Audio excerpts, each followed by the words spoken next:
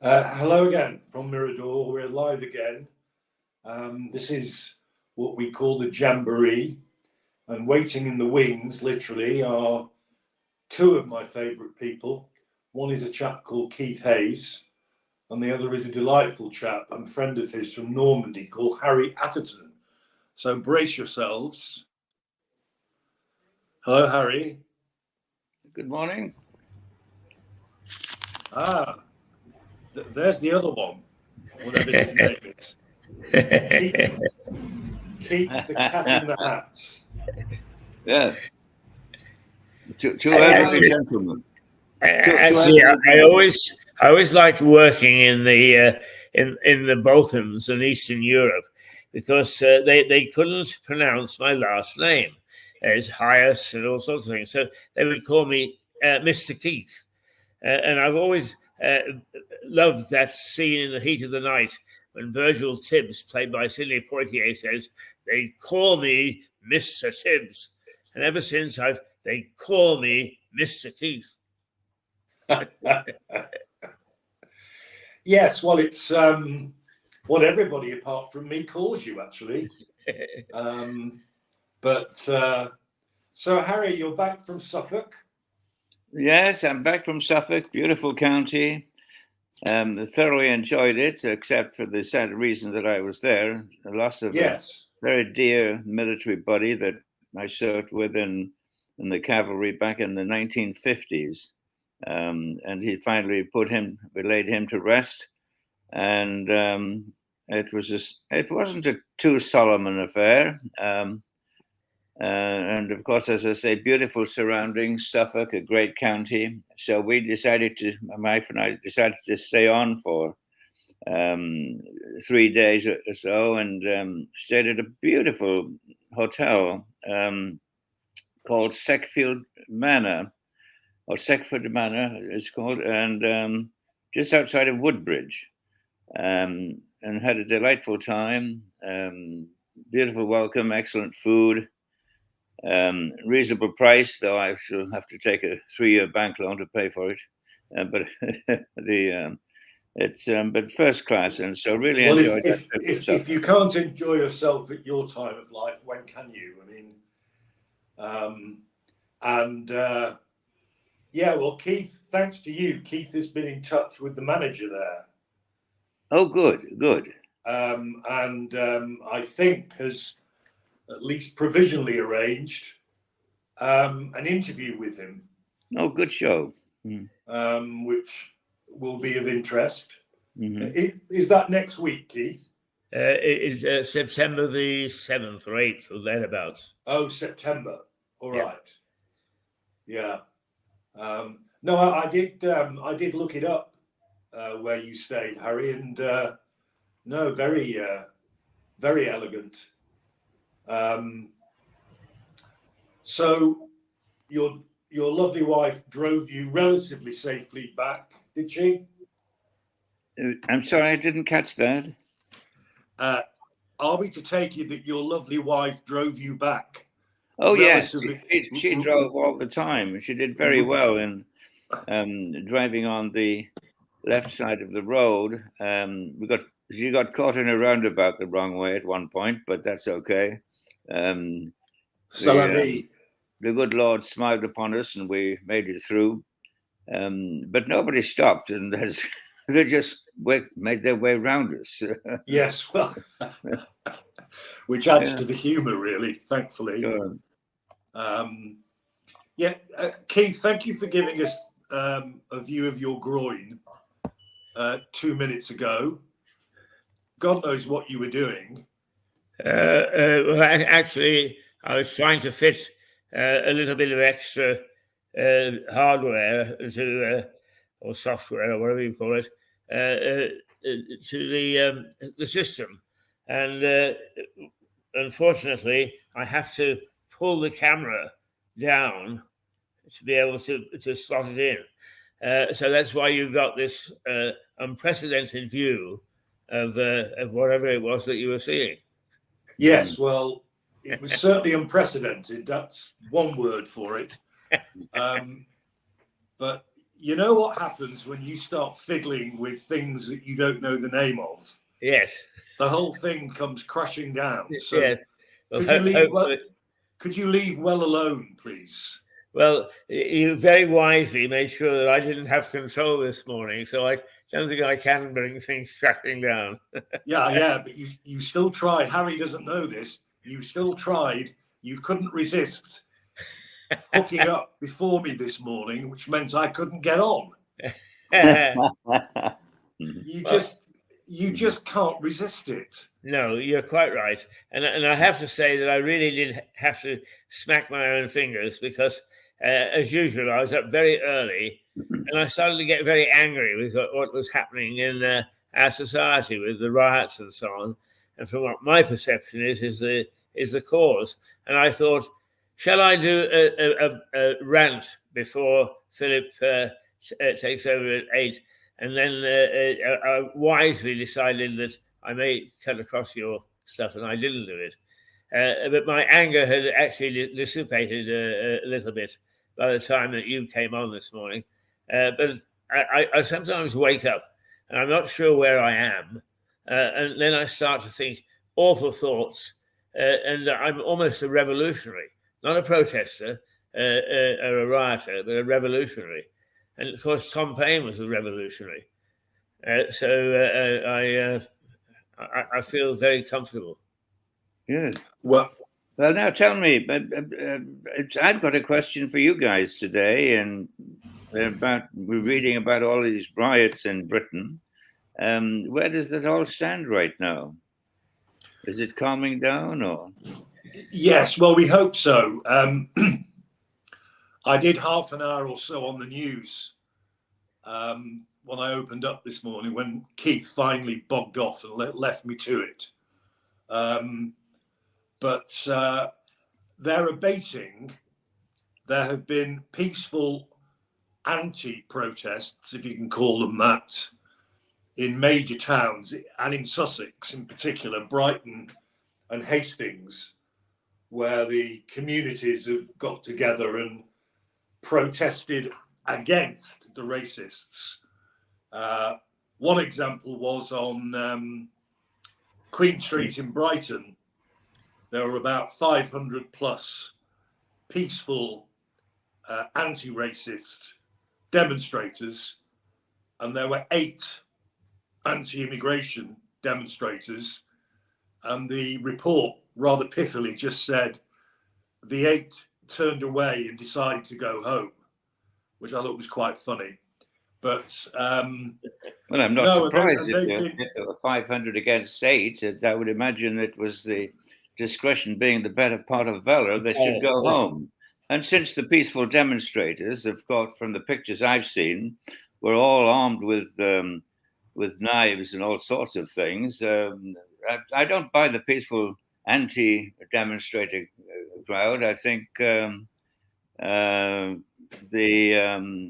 I think we do have a serious problem of 2 opposing groups who believe in what they're doing, and unless we seek to identify and then eventually eradicate the root causes, the problem will continue. I came across some interesting figures the other day about poor people in Britain, and they analyzed it by ethnic grouping, and it seems that, and remember, I repeat, we're talking about poor people here, people from disadvantaged families.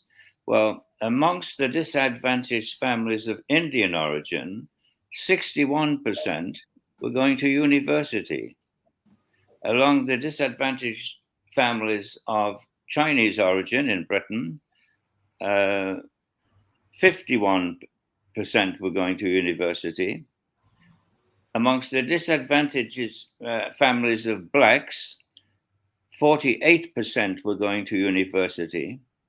And amongst the disadvantaged families of whites, 35% were going to university.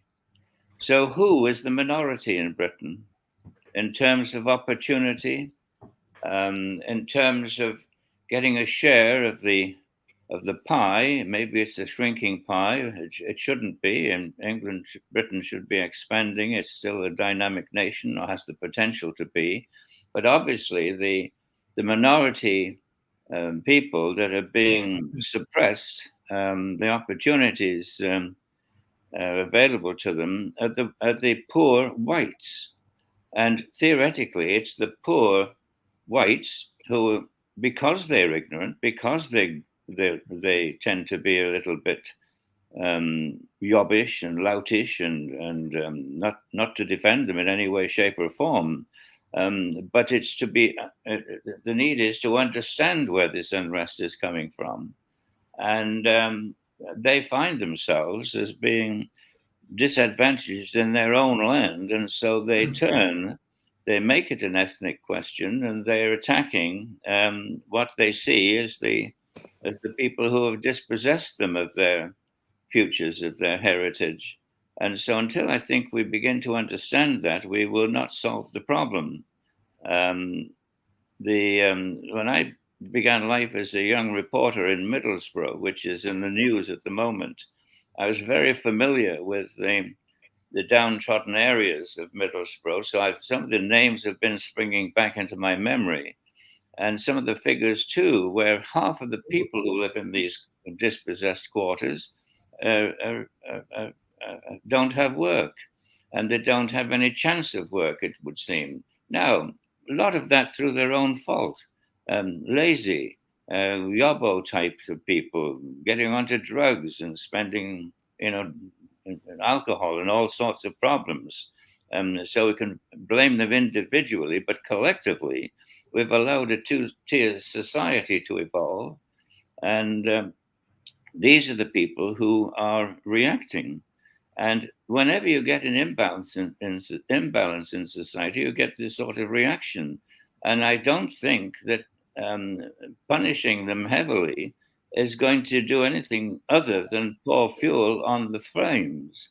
And when we see the people who are the target of their discontent being mollycoddled by the government, by the police, unquestionably a question of two-tier policing going on in Britain from what we can see. And by the way, the French newspapers have picked up on that thought.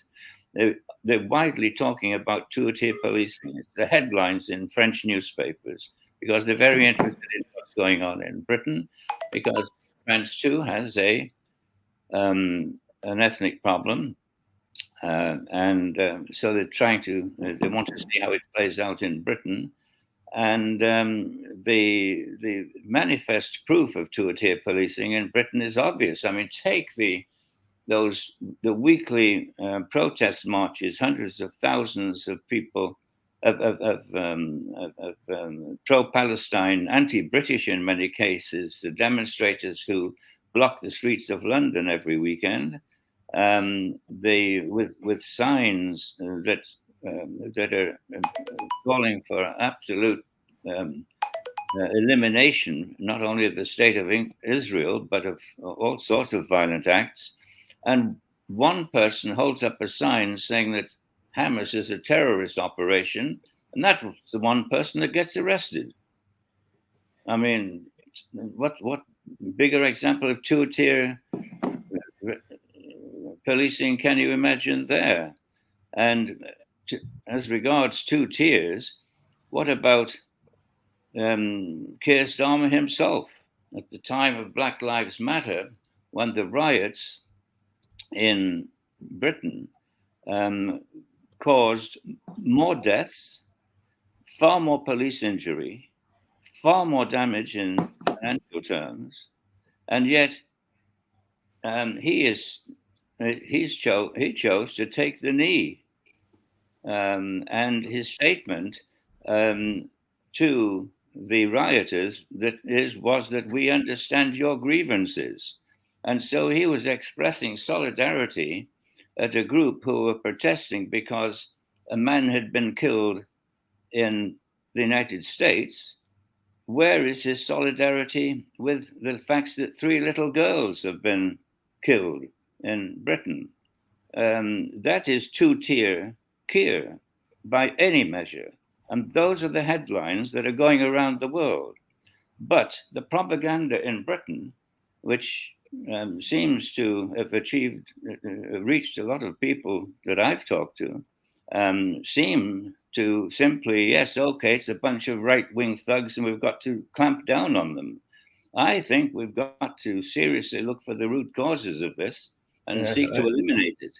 I totally agree with you, Harry, and I expressed that to Philip earlier. Yeah. It's not to remove blame from their part. They're a bunch of louts and hooligans, and they shouldn't be allowed to do that. And so we need to put a stop to it, and we need policing, but it needs to be equal policing on all sides. And then we must work very hard to remove this problem.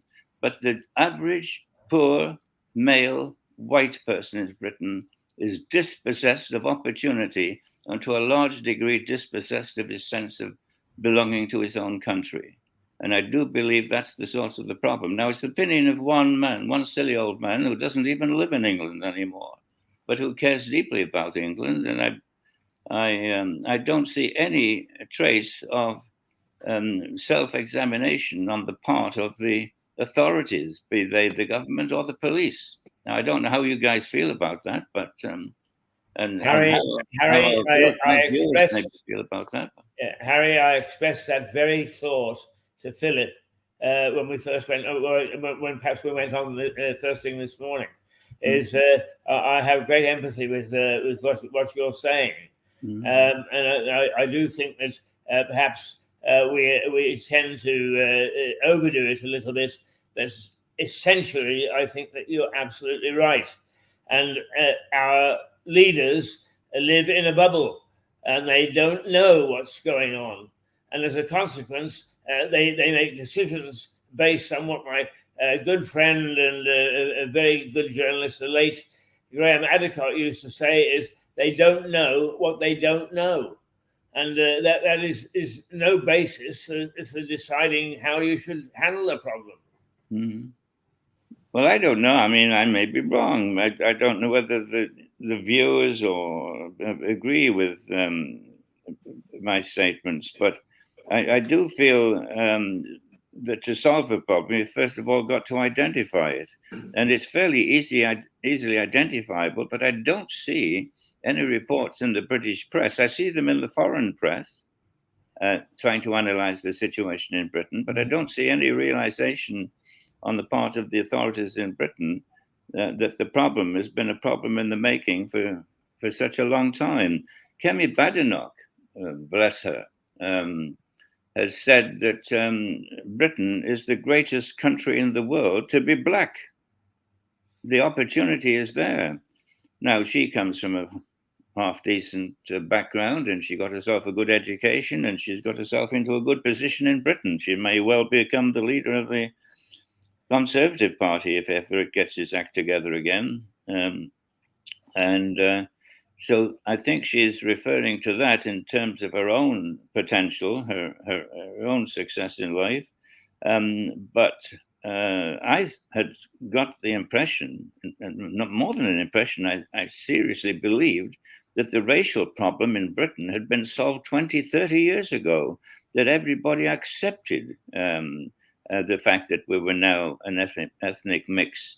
Haven't we always been? Isn't Britain a polyglot nation?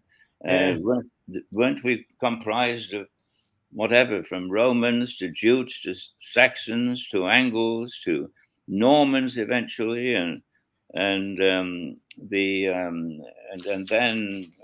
periods in time when there was huge influx of foreign groupings. I learned on my trip to Suffolk, on the way back home, I stopped off just outside of Canterbury, and I learned an amazing fact that in 1630, more than half of the people in Canterbury spoke French as their home language. I mean, we are a polyglot nation, and we've absorbed immigration better than most countries in the world. But when it was thrown by the millions on the backs of poor, dispossessed British people, there's been a reaction. And that's understandable. And all of the small ethnic minorities have managed to chisel out a good deal for themselves by claiming that they're the ones that are oppressed, when in fact, the people that are being oppressed are the poor, ignorant, self-harming, admittedly, white male. And another factor that I've seen is in these riots is that how many women there are there. It's not just yobos. I've seen lots of women, housewives, protesting and waving their handbags in the air and whatever protesting women do in Britain. And so it's not what the government and the police are painting it out to be. It's a reaction against, in the Newtonian sense, to each action there's an equal and opposite reaction to the fact they feel dispossessed of their country, their homeland, and their opportunities. Yes. I'm not sure, Harry, whether we haven't also geared our educational system to supporting this sort of thing, because I think it was in the Blair era, everybody must have a degree, people say, oh well, that's 20 years ago, 30 years ago, but only about 2 years ago or 3 years ago, the chief constables in this country said that they thought that every policeman should have a degree. Now, well, it's ridiculous. And I know that Tony Blair's ambition was to have 50% of the youth go to university, and we've seen this explosion of the red brick universities in Britain. I believe the figure is 178 universities in Britain. Yes, but many of the degrees are, do you want to know how to grow daffodils in your window? And when you come out with a degree like that, there aren't very many jobs helping you gain the skill to put a daffodil in your window. Once you've done it, that's it. Move on, no more jobs. Well, you're absolutely right. And of course, there's a tremendous imbalance in education. We're producing, I think it's 7 arts graduates in some obscure subject to every 1 technical graduate that the nation needs. So there's a tremendous imbalance in education. So many of the degrees are not worth the paper that they're written on. And so there's a false notion of opportunity been given to people. And I've said before, I suppose, rather in a vulgar fashion, it's that half of the kids go to university to learn how to smoke dope and get laid. Well, there's other ways to advance your sexual experiences than to go to a seat of higher learning. Yes. I'm not referring to the public park, but the privacy of more convenient locations, but not universities. And universities have become the hotbed of progressive political thought, where ambitions exceed reality. And I think they should close half of them down. Now, I'm speaking as somebody without a university degree. I'm one of these ignorant people from the back streets of Middlesbrough. I do feel that education has gotten out of hand. And the only way many of these universities survive economically is to import students who are prepared to pay twice the regular tuition fees. They support them, and to the exclusion of the homegrown population to a degree. They are allowed in with lower grades than our kids who've got. I'm talking about poor families here, even from wealthy families. Our kids who've got higher grades are excluded, and foreign students, because they can pay higher tuition fees, in fact, are preferred. Now, they're not preferred directly. It's simply that percentage of spaces is allocated to this foreign market, and that percentage is increasing apparently all the time because there's more money to be made, and it keeps these universities alive.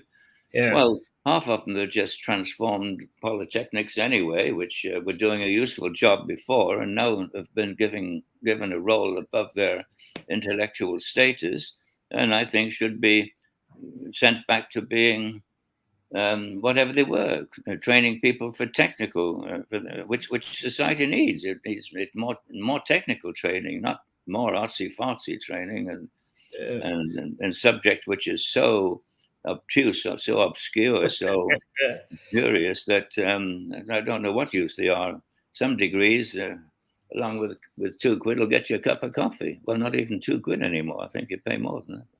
I do think, in fairness, Harry, that there is a slight, not enough, but a slight realization that the situation, as you just described, is untenable, because we now, just in this last 12 months, have seen a move towards pushing apprenticeships again, as opposed to degrees.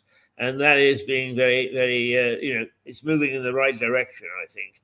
The only thing is that along with that, of course, they've got to sort out some of these universities, which, as you say, offer also silly degrees so that they can hook the money from overseas students. Absolutely. So we've got to decrease what's happening in the university at the moment, along with a growth pattern for apprenticeships. And as far as I can see, we've only got the growth pattern in apprenticeships just beginning to foster now.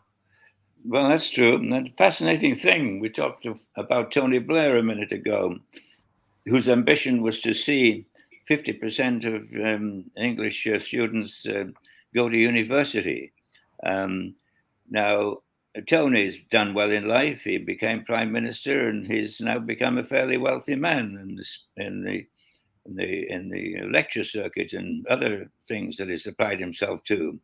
But he got a phone call from his son, Ewan Blair, apparently a year or two ago, because Ewan went public, I think, on the US stock exchange with a company that he had founded, and became wealthier than his father overnight. And that company that he founded was one that was providing opportunity for young men and women who do not have university degrees to get them back onto a proper training track, which was commensurate with job opportunity. And his company went public, and I think Tony Blair was listed as being worth about 50 million quid. And overnight, Ewan was worth 400 million quid. He phones the old man and said, "You were on the wrong track, Pops." Well, actually, it's a pity that Mark maybe is on holiday this morning, because we've touched on a number of things that, he would be an expert on what's happening in universities in this country, but he is also involved with two young men in starting what they're calling a University of Innovation, which is basing its courses on practical courses. And they are trying to develop that. The fact that it's been supported so handsomely financially in the States, I'm sure will be of great interest to Dr. Mark. Of course, I think so. And initiatives like that are good. And any attempt to try and get the show back on the road, back on track is worthwhile. But coming back to this question of education, of universities and degrees and all that sort of thing, I've got a girl that I know, well, she's in her 60s now, and back in our hometown, Keith, Vancouver, that's where you and I met. And she has a company, a small company, and she employs about 6 other people, and she is making a fortune. Really, she's becoming a very, very wealthy lady, and still working hard in her 60s. And what is she doing? They're rewriting university theses to put them into readable English. For people who, the people write their thesis, they've got the knowledge, but they can't even express it in the King's English. Yeah. And they're rewriting all of this technical stuff in a way that it can be understood, and they're making money from that, big money, because the basic levels of communication, writing and reading, arithmetic, whatever you call it, have just gone from education. It's amazing how many spelling mistakes people make these days. Yes. And I'm talking just about English, which is universal language. And I wonder if this problem is endemic in other parts of the world in different languages. Potentially so. I'm sure it is. Go. But English, particularly in the service sector, I mean, I can remember doing some work for PricewaterhouseCoopers, and I did a bit of that rewriting stuff, because they would say things like the number of people employed in employment. They knew what they were talking about, but nobody else did. Yeah. Well, Philip, could I ask you if there's any sign of Melissa? And then, of course, there's political talk. We've got some marvelous examples at the moment from this woman, Kamala Harris, who's now running for president of the United States, and she comes out with some amazing statements, and God knows what they mean. Yeah. Yes. Communication. But I was earlier this week when I got on one of my high horses and I ranted, is the question of the PR sector, of which you were part and I was part at various stages of our career, is that they've lost the plot on that. They think that that's just making people be polite and nice and smile. And as you well know, internal PR has got to be widespread, and everybody in the company has got to understand it. And I went to our county hall the other day to challenge actually an invoice that I'd been sent, and I had some difficulty finding even the finance department. But I said to the lady on the front desk, could you also put me in touch with somebody from your communications department? Oh, she said, I don't think we have one of those. and that's the first point of contact. Sure. And eventually I actually got hold of a counsellor who's a very nice bloke. I mean, I'm not going to name him because I don't want to look as if I'm being critical. But I asked him about it, and he said, I'm sure we have some communications people. Contact the chief executive. But if their councillors, the elected councillors, don't know whether they've got a communications department, a PR department, how can they possibly think that they are doing any sort of job in PR or communications at all? At all. And those are the sort of things where the level that you and I would have experienced a few years ago in this sector has dropped off so far that it's just words. And I think the role of PR has changed completely. There used to be a time when it was designed to communicate to a wider public the purposes and goals and justification for a company or a group's activities. Now it's become almost advertising to put a gloss on those activities. Yes, that's right. To cover up failures, to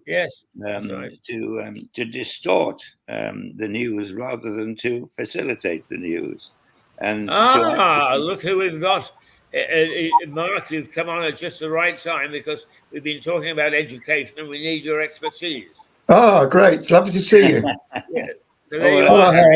But I better say, withdraw some of the nasty things I've been saying. Well, I've had a week. I've had a week off down in Cornwall, Oh, I don't know if lucky. you've a little place called Mousehole. Mhm. Oh, Oh, yeah. It's beautiful, and I decided that I'd do something I've never done before. I decided to not take my mobile phone and have no internet, have no telephone for a week, and it's been blissful. Blissful. I would imagine. I would imagine. That's why you haven't been answering my text. I apologize. Yes, I do apologize. I had this. I thought it's such a beautiful place. I got down there and I thought the sun was shining and it was just idyllic. And I thought, do I really want to be looking at my bloody phone all the time and tapping on emails and things? So I thought, no, I'm going to switch it off, put it in the drawer, and not look at it till this morning. So apologies if I've been. No, I wasn't. I wasn't being critical. I envy you your break. You're looking very well. The Cornish people call it Mousel. Mousel, that's it. Yeah, yeah. It's a beautiful place. It is a beautiful place. Yes, I remember going there many times. We stayed at a. I don't know if you've been there, Phil. We stayed at the Lobster Pot, which is the pub on the harbour.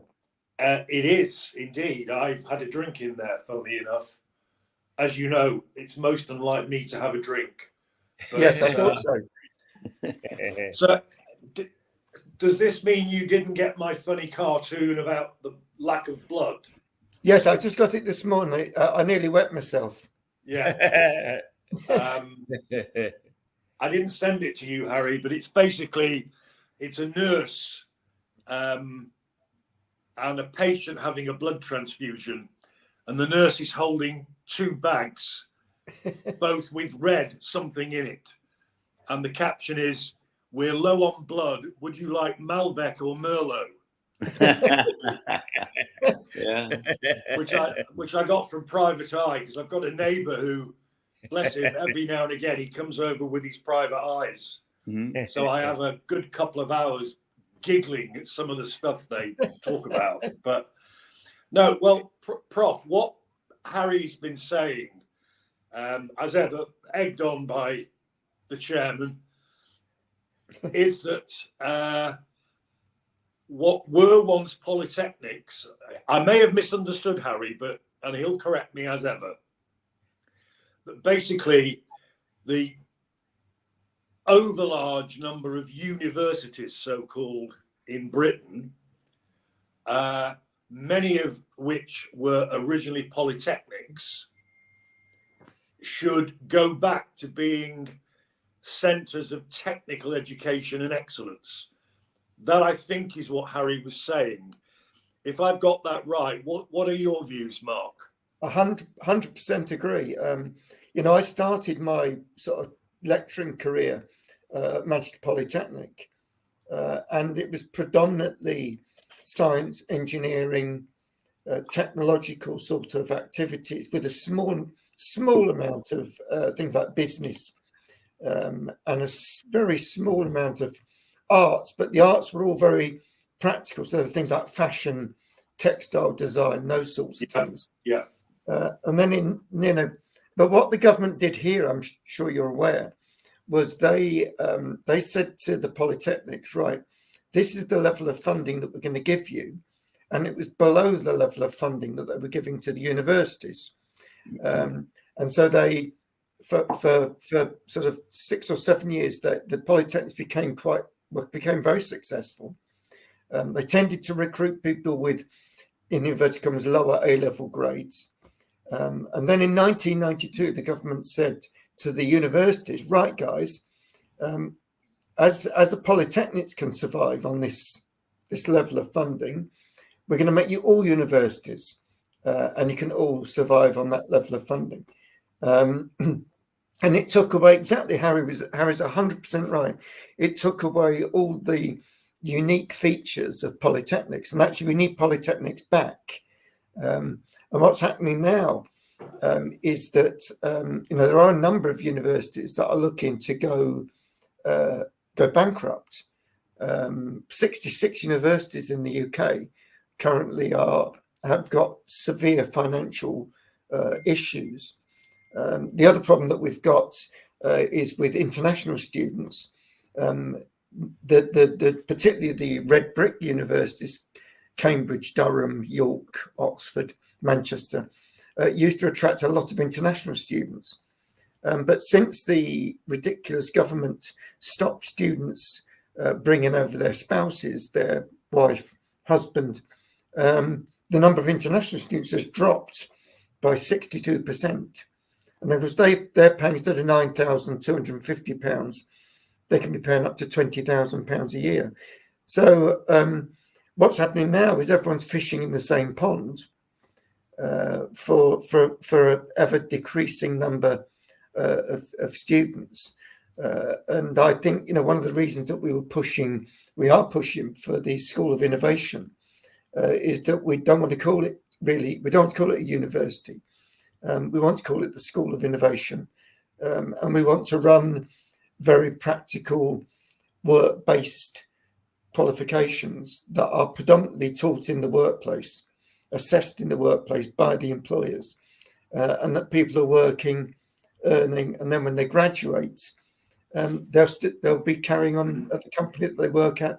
And ideally, one of the things we've been talking about is entrepreneurship. So a number of them, we've got to link up with a bank that's quite interested in students starting up their own businesses. So we will have a seed funding that will allow students to set up their own businesses in areas like engineering, innovation engineering. So yeah, Harry, you're totally right. I'm not wishing to throw the cat among the pigeons here. That's not like you, Harry. Why?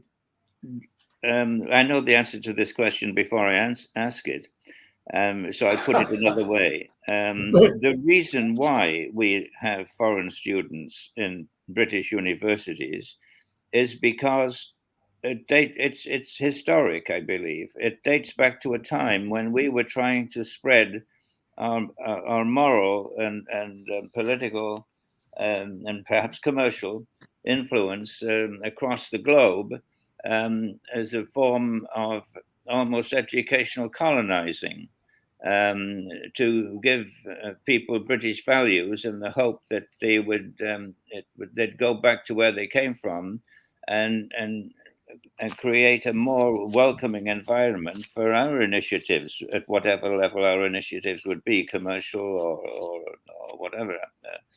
But now I see the admission of foreign students as being a means of these people coming in from notably China and getting a good education and then going back to become our commercial competitors. And we've trained them, we've shared our skills with them.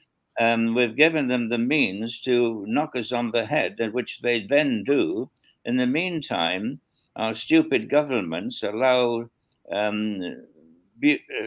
long-standing British trademarks to be sold off for a pittance to these countries, which then we begin to buy back British technology from people who we've trained in Britain. So my question would have been, having already given the answer, why do we have foreign students today in British universities? Because that is to the exclusion of our homegrown people who work very hard and have got very good A levels and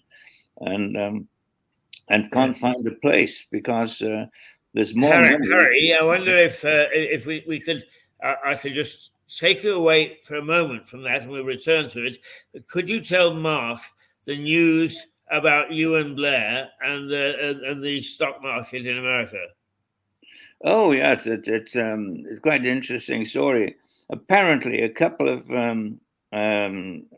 years ago, Ewan Blair called his Tony Blair's son, called his dad and said to him, asked him the question, "How much are you worth, Dad, all told?"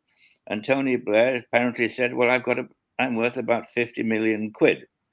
And Ewan said, "Well, I'm worth 400 million quid because my company has just been listed on the US stock market and it is designed to explain to young people that they do not need a university degree, but need to be trained in specific terms for the job opportunities that exist.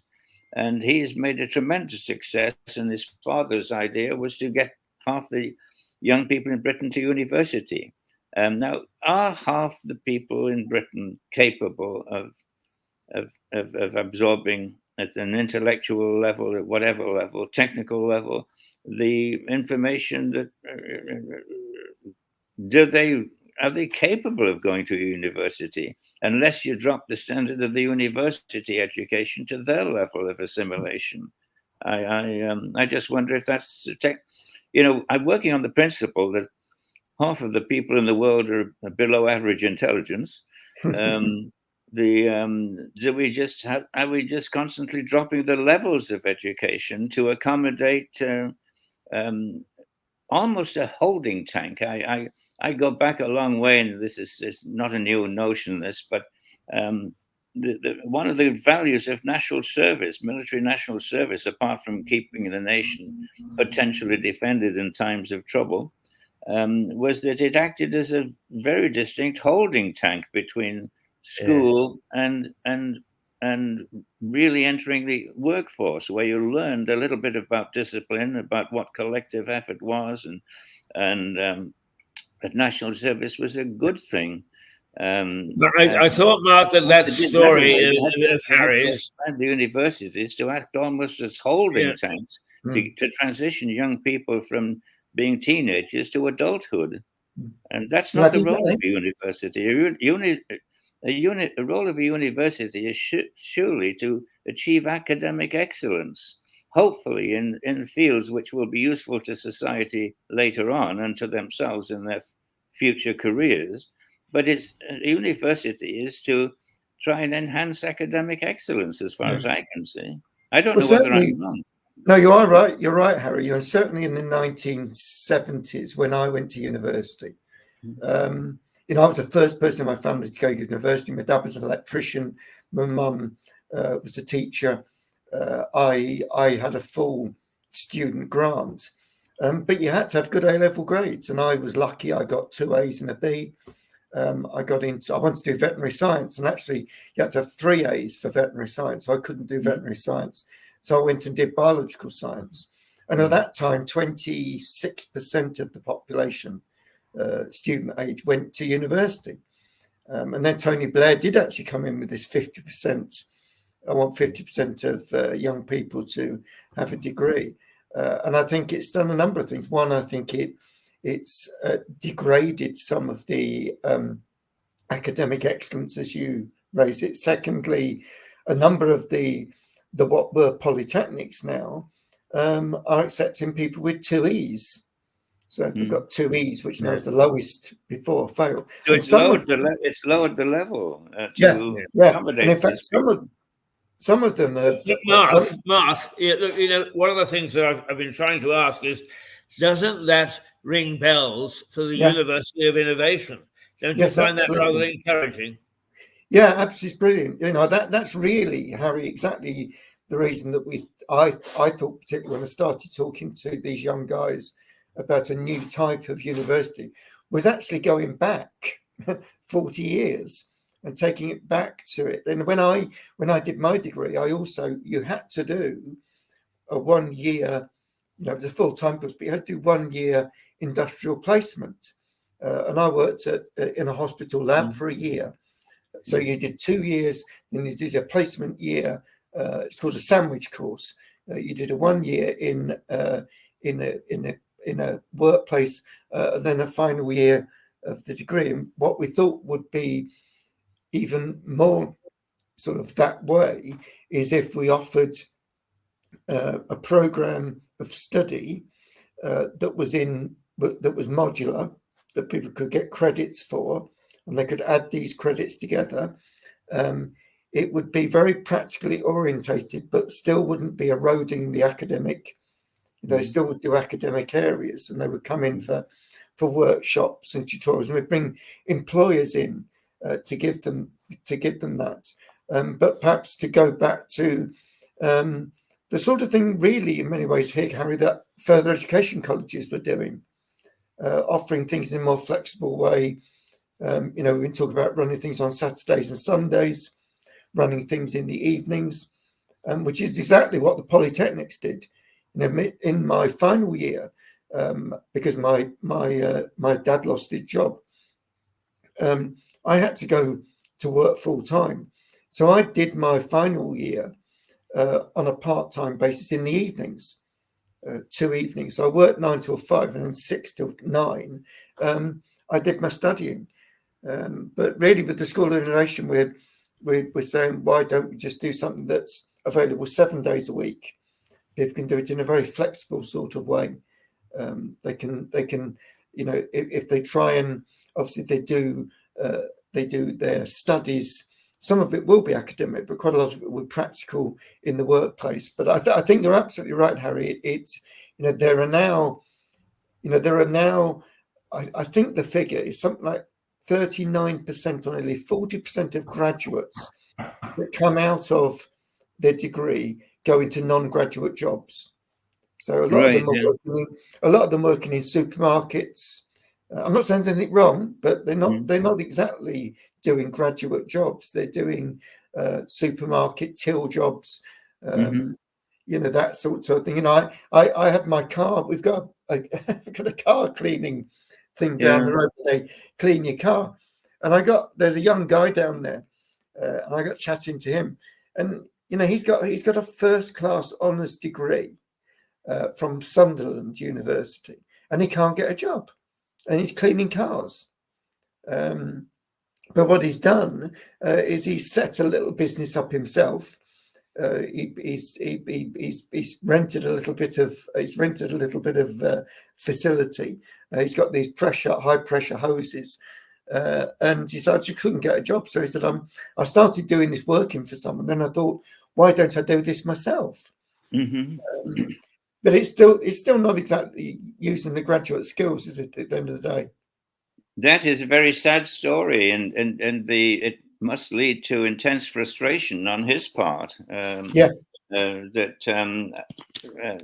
Okay, he's been exposed to academic excellence. He's got a good degree, and so he's benefited, as we say, intellectually, educationally, he's benefited. But what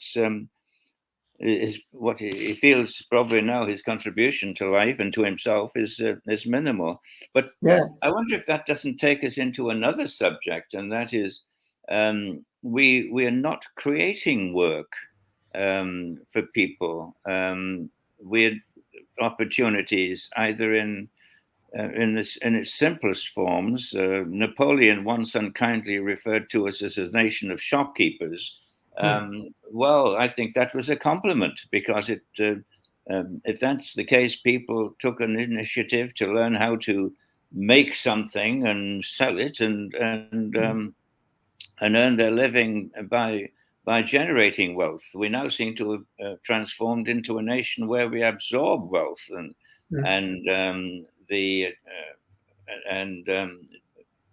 do not create it. We've become a service society.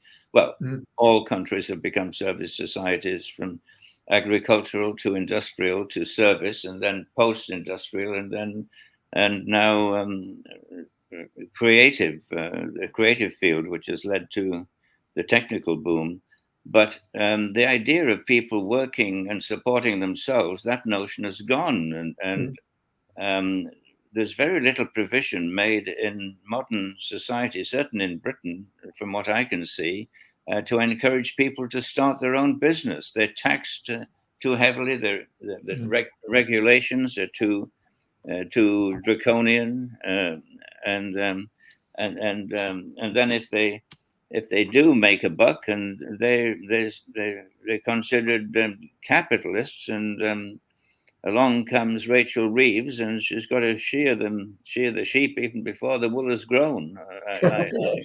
And also at the same time, we haven't engendered the idea to making money. Making money is good. Becoming rich is wonderful. not just for the person who gets to be rich. Then you can tax that person and get a fair share of it back to help run the state. But in the meantime, it's created 2,000 jobs, or I don't know how many, 2 jobs, if you like. And so capitalism is a very good. We should harness greed. Greed and sex are what motivate the world, and we should sex particularly. And we should harness this power to the common good, and harness sex. Sorry, have more babies. What is sex? Sorry. We should have more babies, and then we wouldn't have to have all these people from other I'm just places. wondering what sex actually is. I fit the bill because I'm greedy for sex. I forgot what it is. But the other thing that's interesting, Harry, in what you say, this young guy who is now cleaning cars. Not only he did get a first class honours degree, it was in social science, but he's also got £40,000 worth of debt from his student loan. So he's having to pay his student loan off, and it's that's even more challenging that these young people are coming in, doing 3 years studying, and then have a massive loan at the end that they've got to pay back. I know they pay back over 25 years, but my daughter, she went to Coventry University, and she did a degree in performing arts. She got a first class honours degree. She actually works for a university now. But a large proportion of her salary goes into, and she, I can be honest, she earns a good salary now, but she's still paying a student loan off. But what these young people do, if they've got the loan and they've got to pay, they have got to pay it back. Fortunately, they don't have to pay it back till they're earning £20,000 or more. But you're absolutely right. I think that we've lost this sort of gut feel for entrepreneurial development, starting your own business up, making money, having sex, of course, but making money at the same time. And I agree with you, Harry.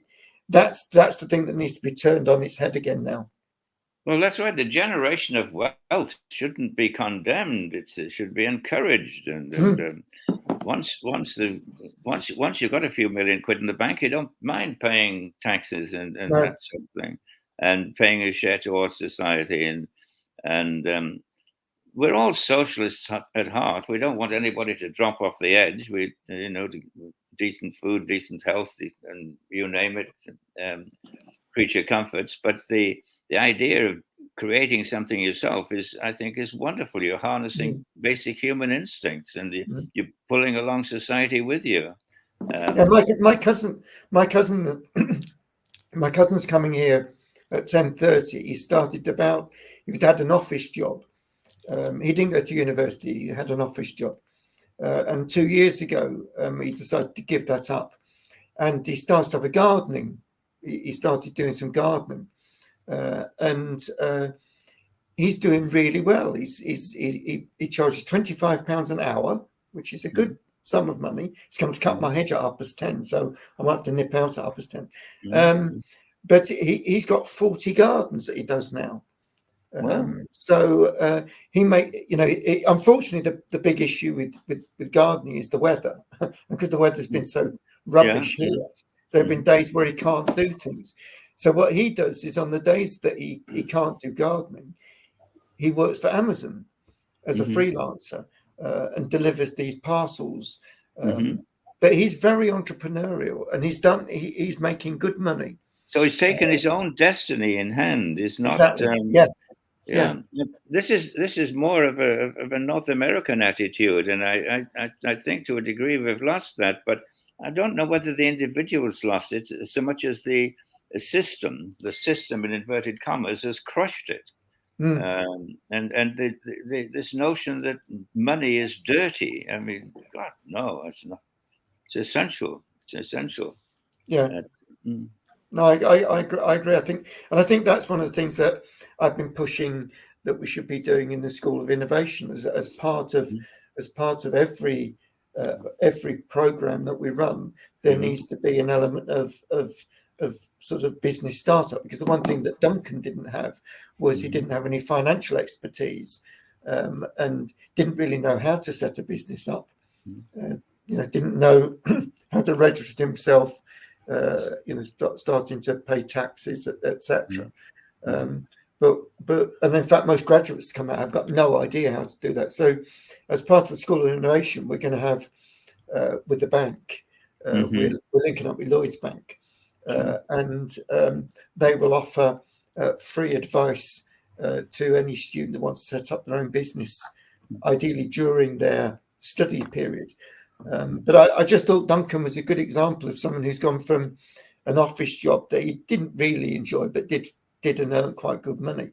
But taking that individual case and putting them side by side or end to end, if you will, to grow an economy, what do you need in economy? You need initiative, you need ideas, you need a will to advance yourself, you need access to capital, and you need regulations which encourage rather than discourage setting up in business. Now, setting up in business could be a one-man band business, like doing gardens for people, and somebody who sets that up and works hard and organizes themselves can do very well for themselves.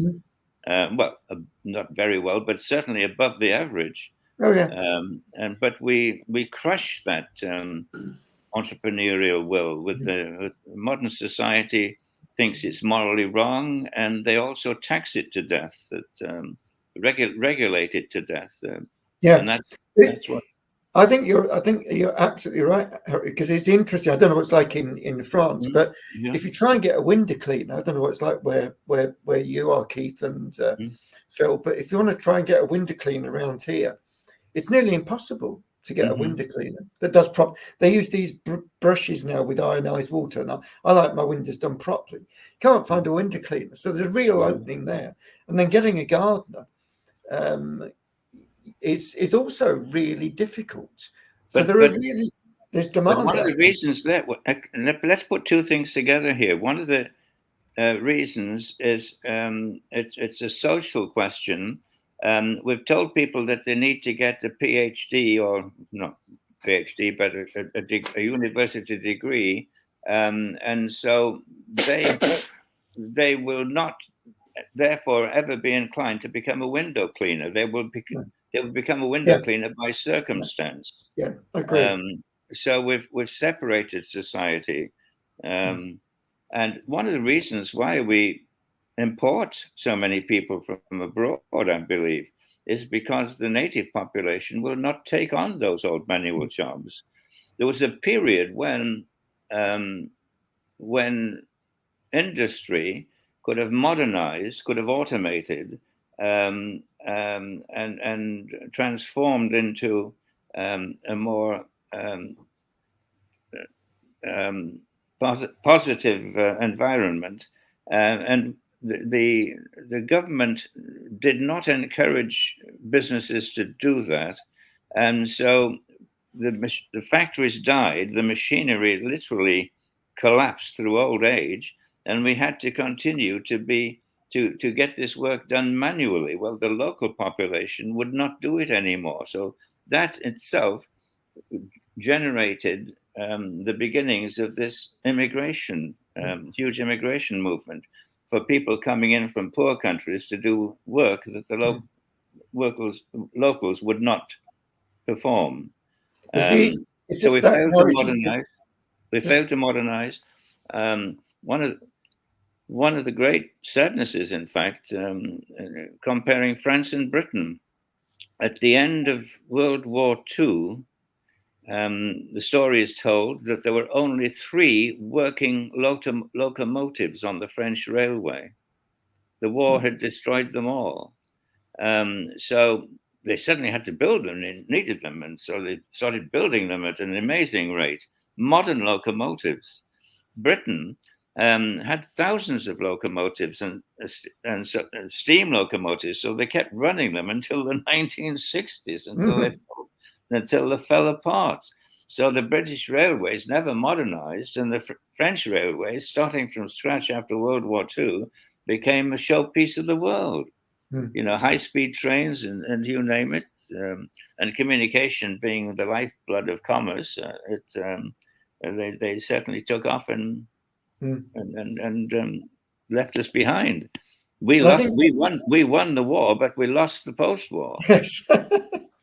Yeah, it's interesting, Harry, because another friend of mine owns a fruit farm in Staffordshire, and this year the fruit things like strawberries and gooseberries are very late in because there's such terrible weather. But he cannot get anybody to pick the fruit. They're all in these polytunnels. They're not on the ground anymore. They're all in polytunnels, so you pick them. And he used to have Eastern European folks coming across, and he got a setup with 30 caravans. And he used to supply. He got a food van and things, and they lived there for normally 2 months or 3 months, and they picked all the fruit, packed it all, sent it all.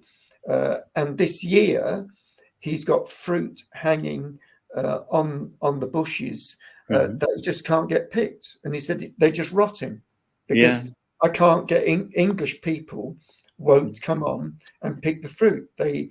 You know, because of Brexit, there's no Eastern European people coming over here. So all this fruit now is all rotting on the, and he said, I'm thinking that this is the last year I do it, because he said, I'm losing money now. But is that to do partially with the work ethic, the erosion of the work ethic? Or I think so. Yeah.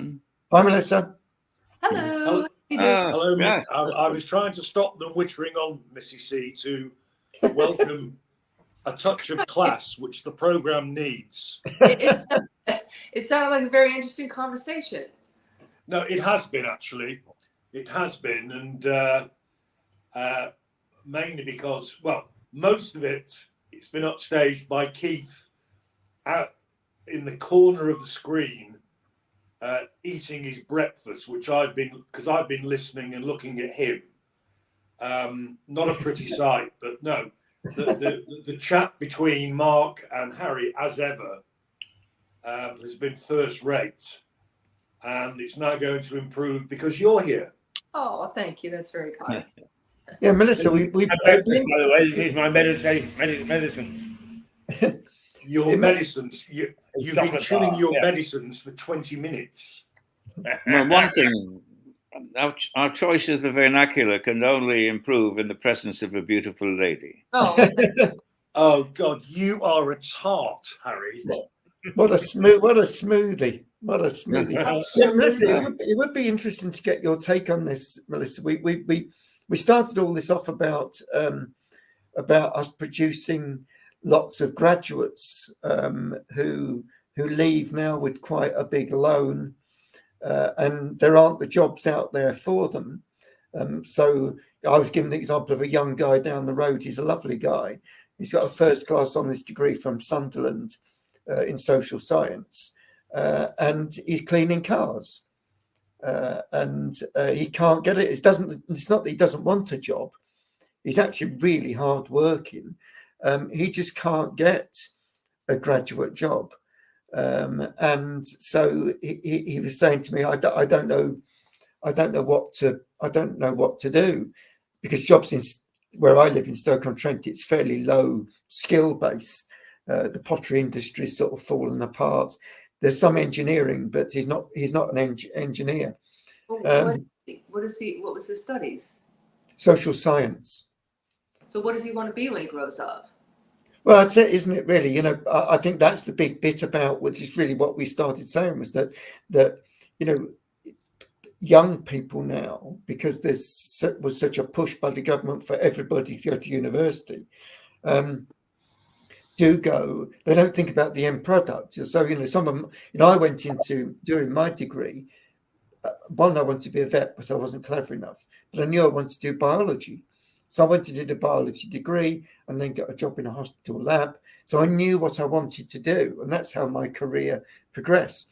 Right. But for a large proportion of UK graduates. They don't think about the end game.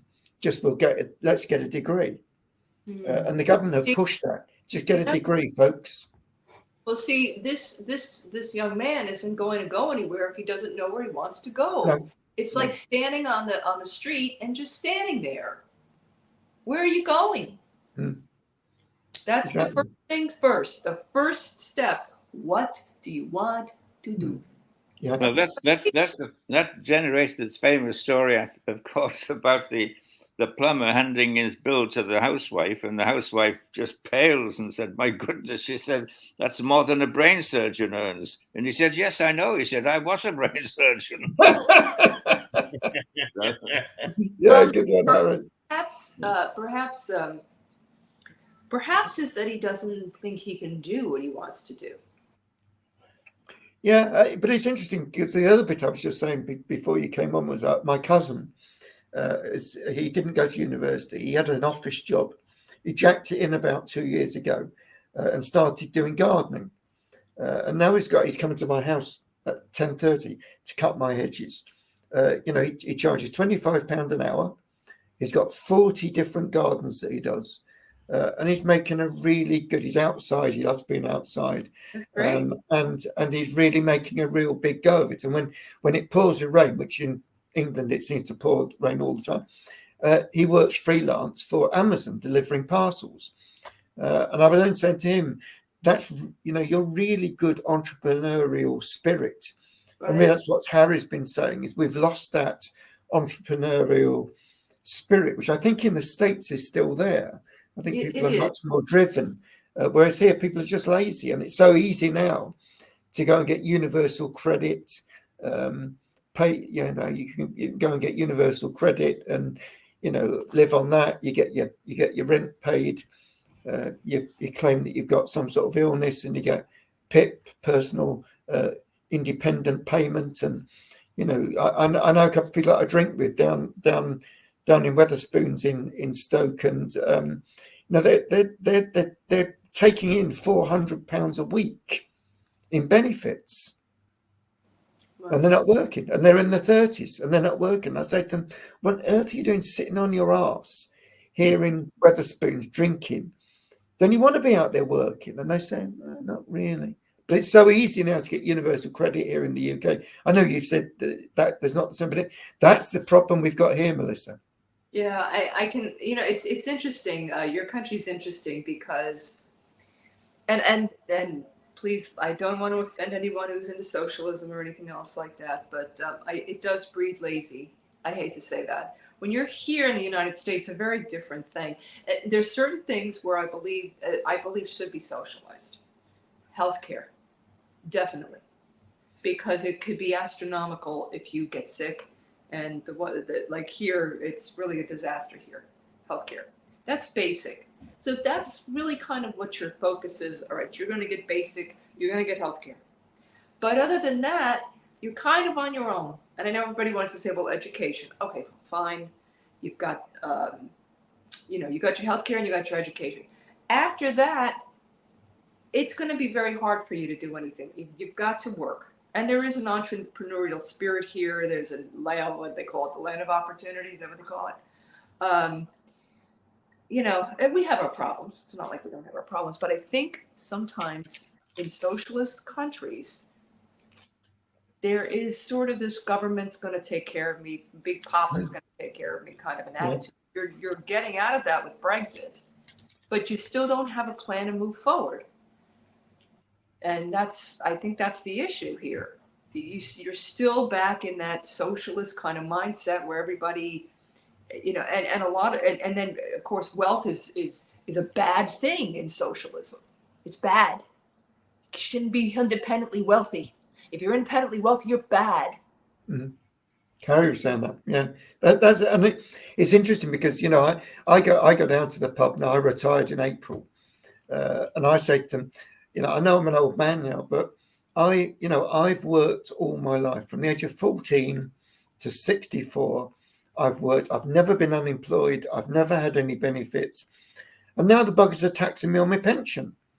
So I'm getting 40% tax on my private pension.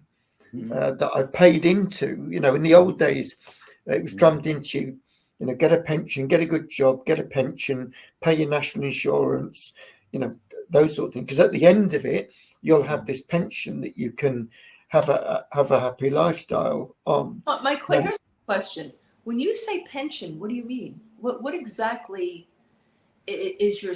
Because you were a teacher, correct? Is your school paying you? So out of your salary, out of your monthly salary, how much you get monthly salary? What percent? So you pay perhaps 10% of your salary, and then the employer would put a 10% in as well. Right. So you'd have 20%.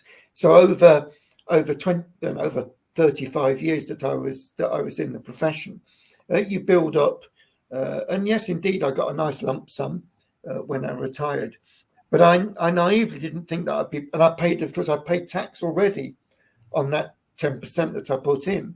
Right. And now, because when I retired, I was in the upper pay level. I'm paying 40% tax on my pension. So I see what is quite a good bit of money. So let me explain again. So the school pays you every month? Is that how it works? Yeah. So the school. That's considered in my country income. What we do here, for the most part, in corporate America, there are no pensions. There's nothing called a pension. The only thing that you have is a government social security, which is, well, I mean, it's not terrible, but it depends on how much you've paid in over the years and how high your salary was. Here, and I guess there's some merit to it, you're forced to invest money yourself over the years. I put in 30 to 40% of my salary.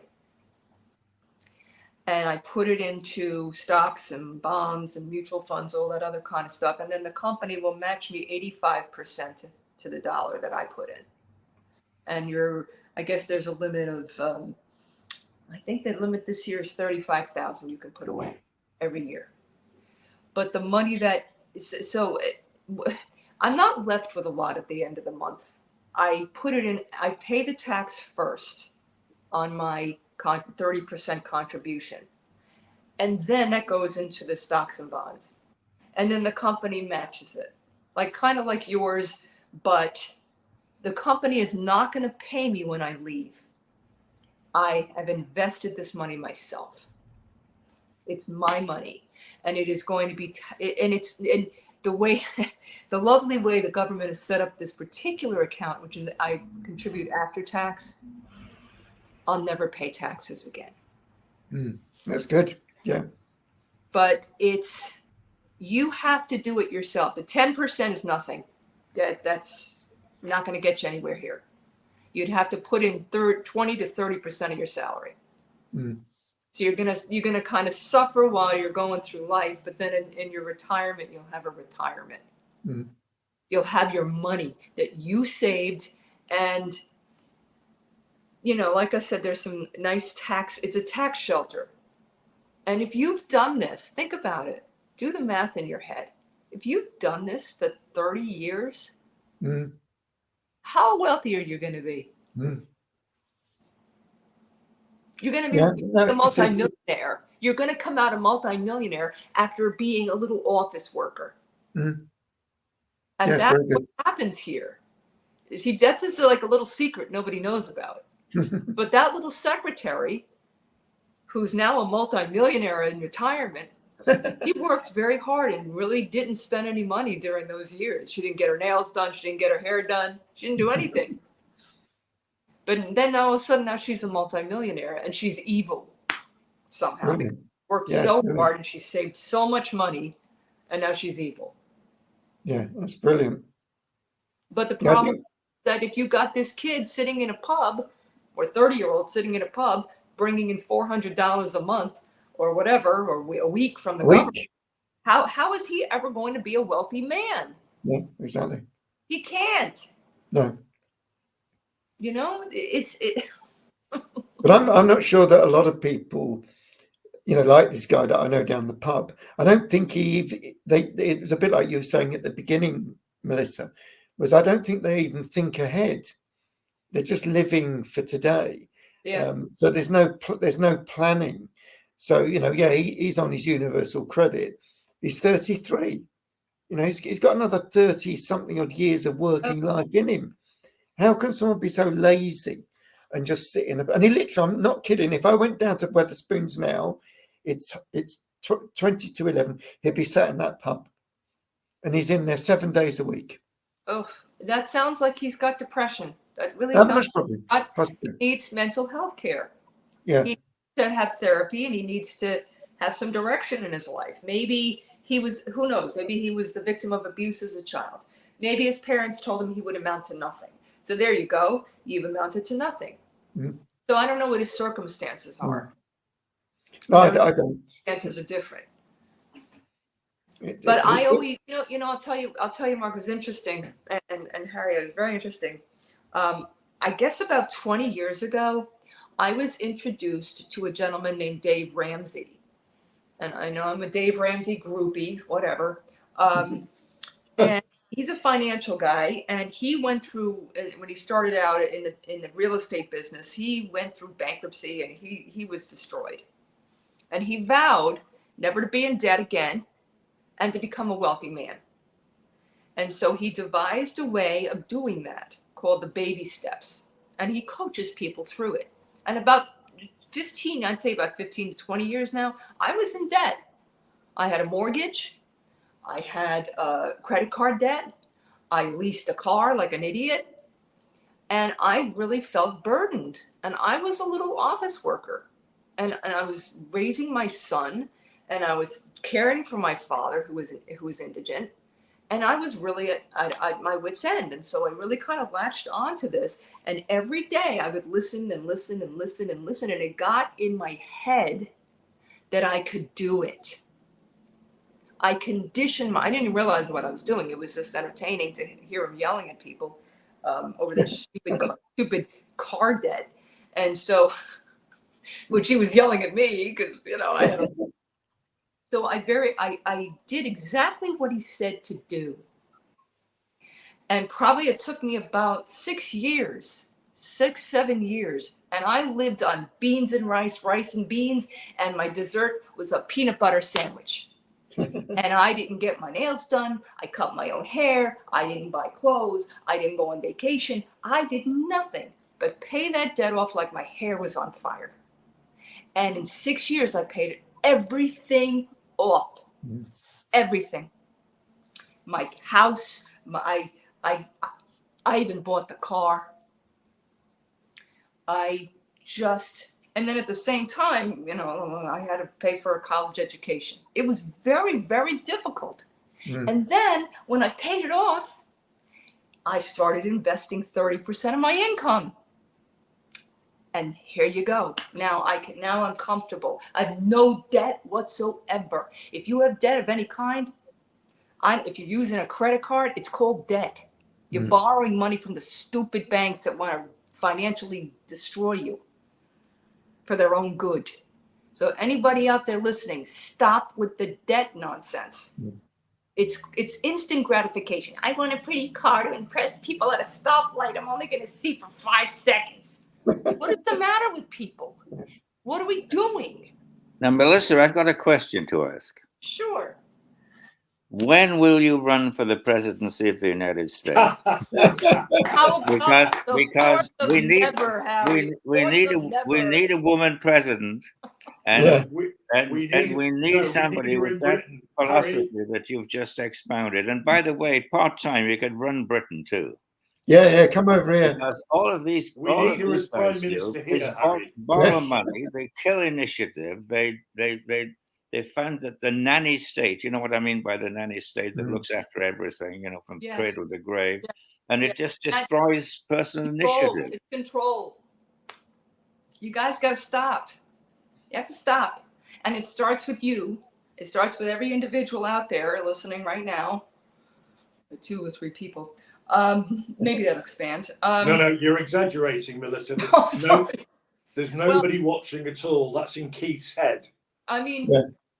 I think there's a way to do it, like I've mentioned. But anyway, aside from that, well, if you decide to run, I would be happy to be head of your communications team because, by golly, Yeah, I think no, we've got I'll a do the message. speaking up. We've got a message to put out to the world. It's funny because I went and worked with Dave. Actually, when I would visit Tennessee with my family in Tennessee, I'd go and I'd work with him, and he just became. He's very. I mean, he's got a massive organization now, but it's very old-fashioned, and everybody wants this instant gratification because I want that pretty house to impress everybody. Yay! What are you, an idiot? Why are you trying to impress people? Why? Why? To make yourself feel good because you're miserable. Ask yourself the question, why are you miserable to begin with? Why? But nobody wants to be honest with themselves. They just want to buy their way into happiness, which we know that doesn't work. It doesn't work, guys. And I love the idea of, by the way, I love the idea of the peanut sandwich for dessert. That was what I did. I'm serious. And here's another thing that I did, and people used to make fun of me about it. I lived in a 1-bedroom co-op with my son and my father. Good God. I have slept on the sofa for 20 years. Good God. And you know what? I am so peaceful and happy, and you are I don't a true have survivor. I don't have any worries, except I worry about my son. But that's it.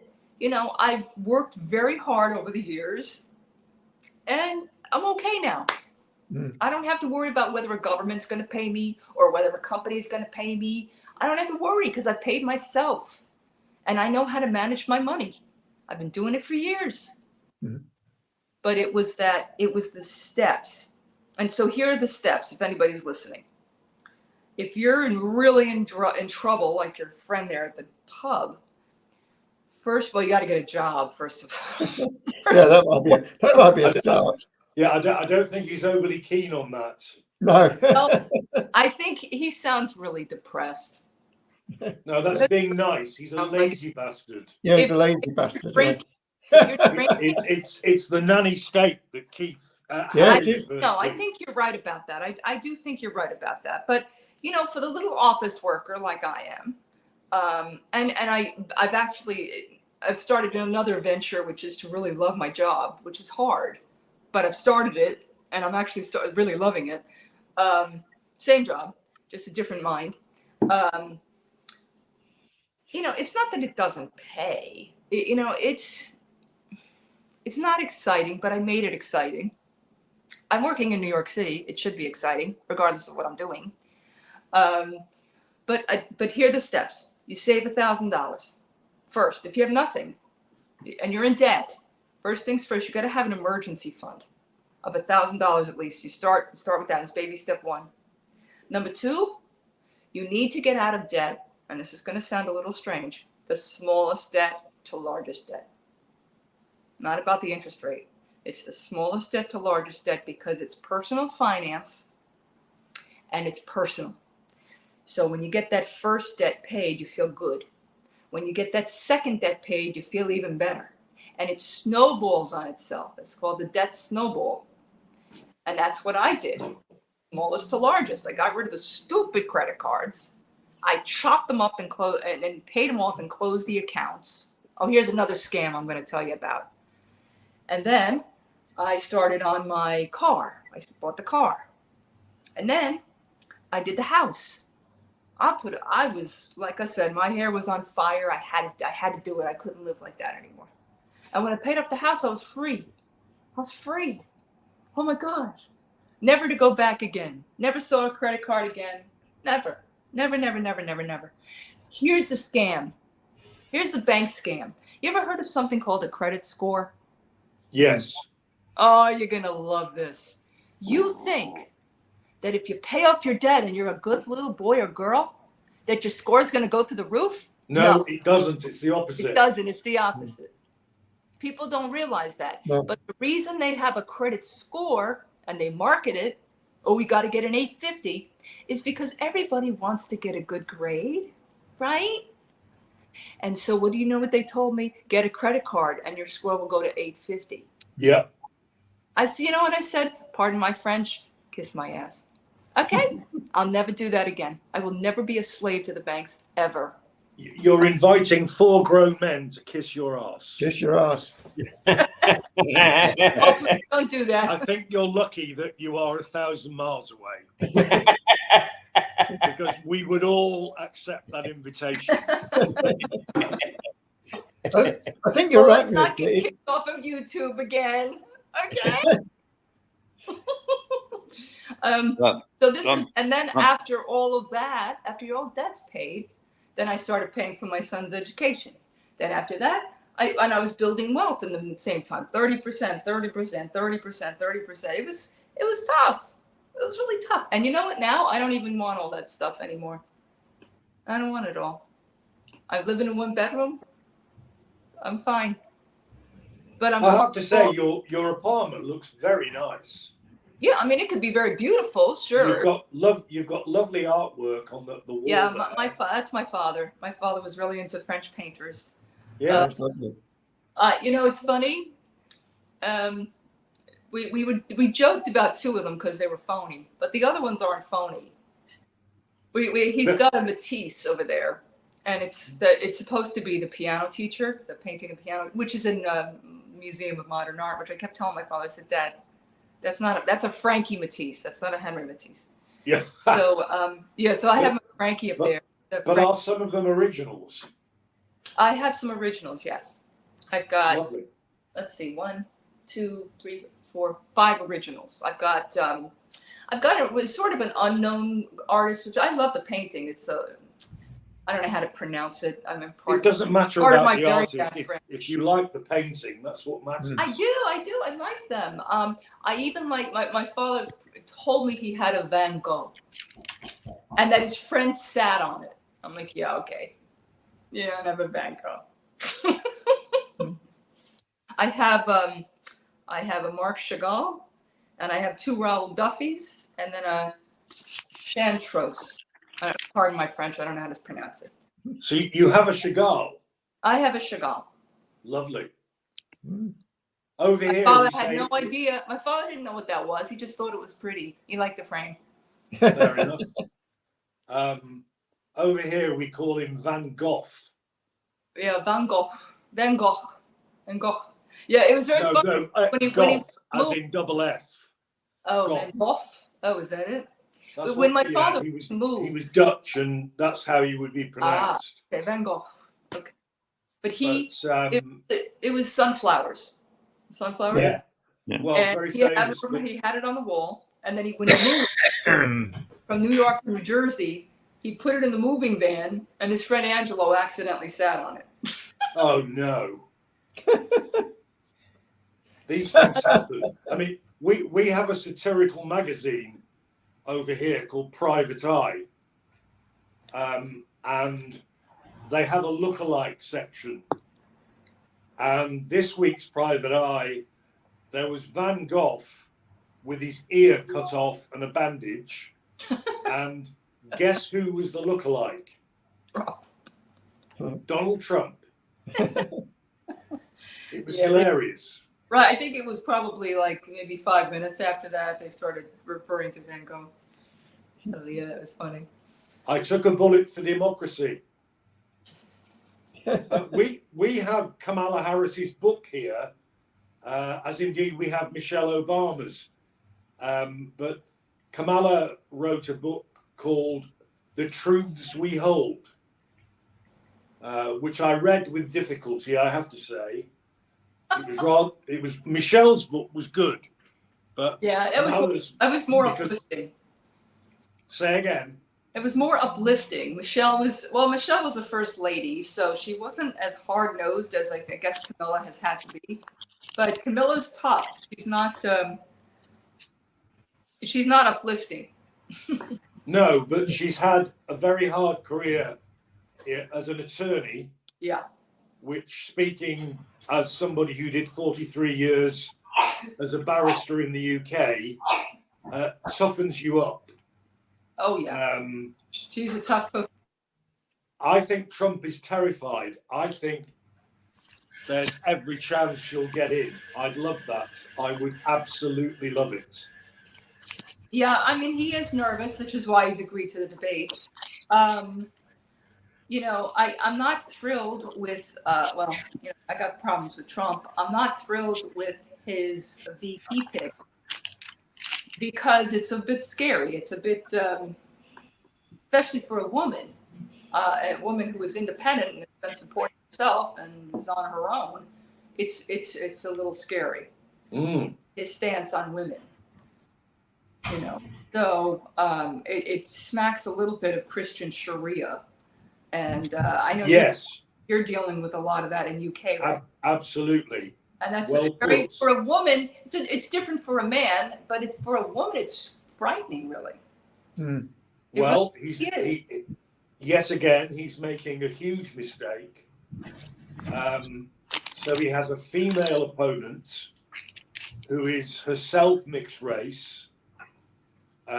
Married to a Jew. My goodness, if there was ever a multicultural appeal, it's that. Right. That's merely my opinion, Melissa. I think that this election is going to rise or fall on a couple of issues. And the couple of issues is the migrant crisis that we have. We're letting everybody stream through. My relatives couldn't do that. They had to go to Ellis Island and spend 2 months there on the floor, and they were screened.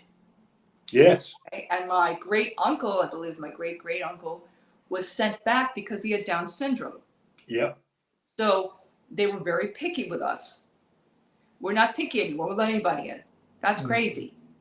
That's crazy. But we're doing that, and Camilla has. Oh, excuse me. Oh. Fire. Fire. God. Fire. Fire. No fire. I think she's gone mad. Is this because your hair's gone on fire again? Yeah, that's it. I'm serious. It's on the television, guys. This lady in New York is fire.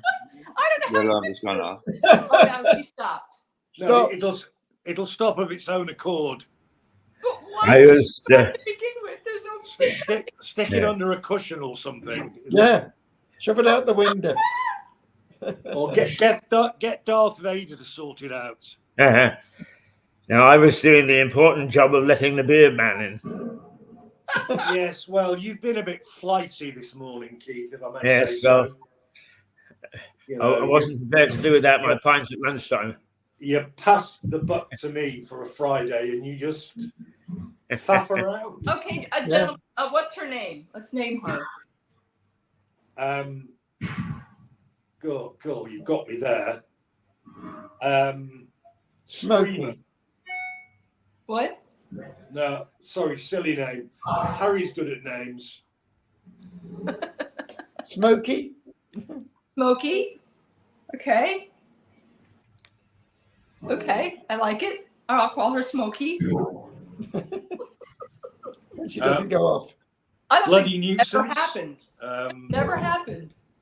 I guess I must have been neglecting her or something. No, it's the heat that's generated from the Friday Jamboree, Melissa. Oh, I think we are on fire. The minute you come on, everything heats up. Oh, Yeah. Hot stuff. Well, it's really. I've never known Harry to stay on this long. Normally, he's made an excuse to, I don't know, go and meet a friend. Well, I think he wanted to meet Smokey. Yeah, well, there you go. Be happy for the day. No, we're ahead of you here in France. Well, ahead of it's 12 o'clock now in France. The sun is over the Jordan. No, that's in the evening, Harry. It's 12 where you are. Yeah. And I have a pre-recorded program coming on at 11:15. Yes. Because I didn't think you'd have the stamina.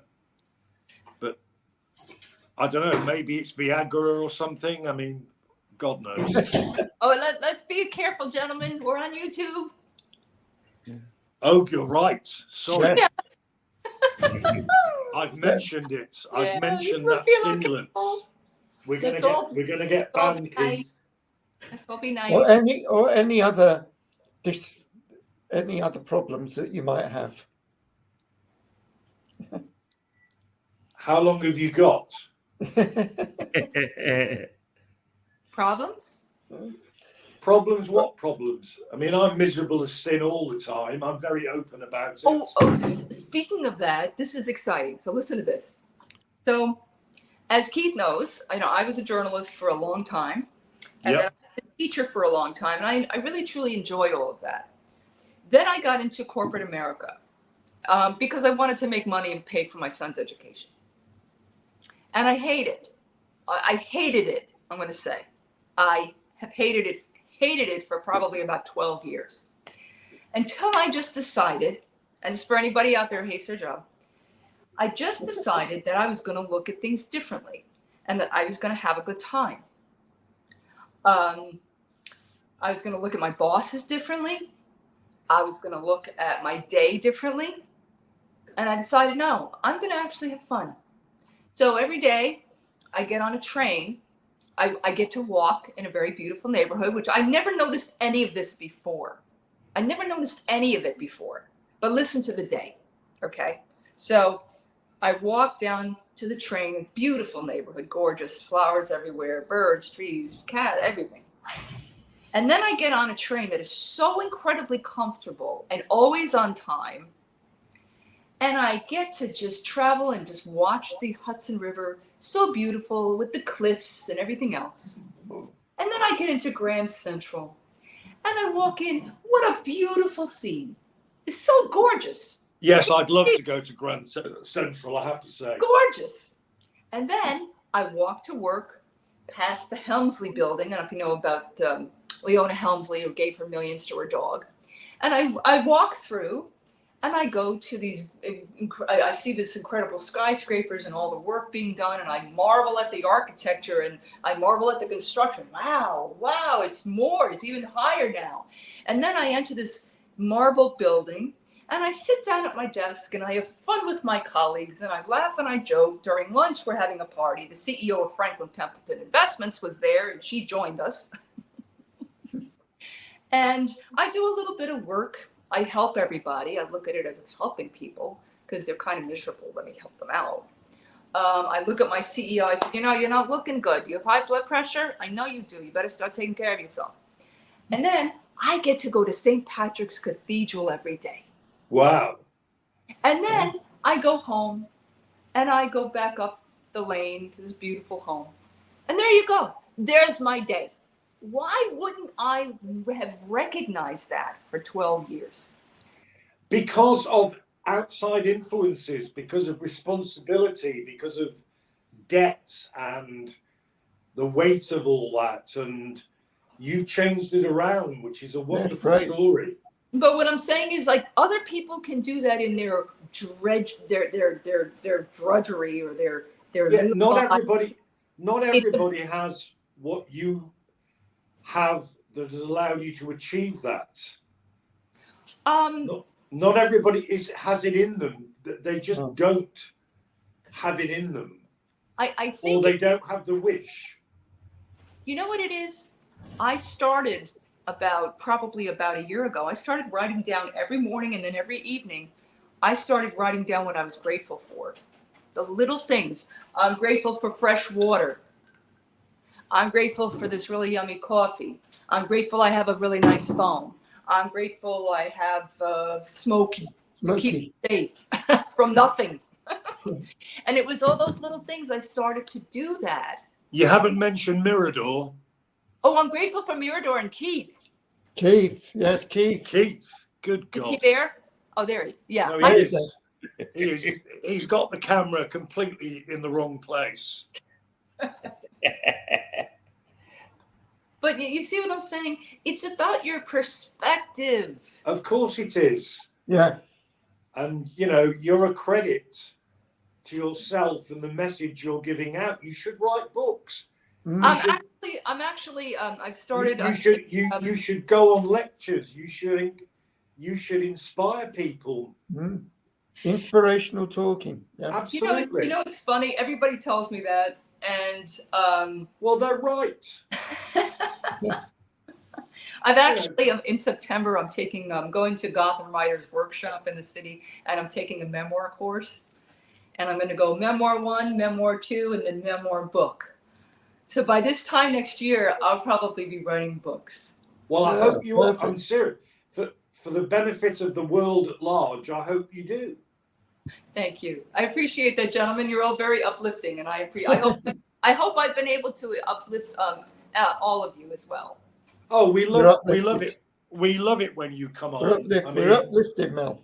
You know what we could do? You know what we could do? Every Friday when I come on, each of us will talk and you'll tell me what you're grateful for.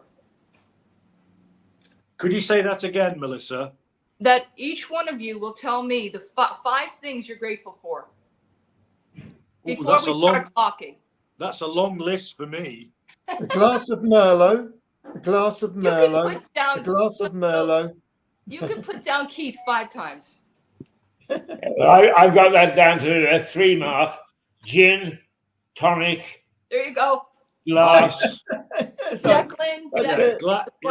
Bottle, Louis. glass, gin, tonic, ice. All right. Yeah. So let's do this. Before we leave, let's do it. Mark, what are you grateful for? Merlot. My cats. Lovely lifestyle. Beautiful garden, and being healthy and wise. Woohoo! How about you, Harry? Well, I'm grateful for being alive. Yes. I say that every day. I'm grateful for the life I've had. I'm grateful for having known the people who have made that life a pleasure. And finally, I'm grateful because I still have ambition. Can you give me one more? Was that 4? Well, I'd be grateful if I knew how to count, I guess. There you go. I thought that was 5. You missed out on that, Harry. What's the 5th one? Keith. Well, I'm grateful for this pub, number 1. I'm grateful for Declan, who runs it, number 2. Awesome. I'm glad for Joe, who backs him up, number 3. I'm glad for the cider I have at 12 o'clock. That's number 4. And I'm glad for the scooter, which will get me home after all that, number 5. Perfect. There you go. And then Phil, lastly. I'm grateful for my marriage. I'm grateful for the incredible children I have, 2 of whom are coming down tomorrow. Woo-hoo. I'm grateful for where I live, because I live very comfortably, even though I'm now a pensioner. I'm grateful genuinely for Mirador. Mirador is helping my retirement massively. And I'm grateful that Keith comes over to Littlehampton once in a while and destroys the flowers in my local pub. Yes, I heard about this. Oh, yeah, you had to mention that because I didn't understand that. On his mobility scooter, he wiped out the total floral displays outside the pub I took him for lunch at. Because he decided to go on the pavement, not the road. And so we got his mobility scooter in the pub, and it was like a carpet of flowers. I'm going to end the stream because the pre-recordings. Bye-bye, everybody. Bye, everybody. Have a good day. Have a good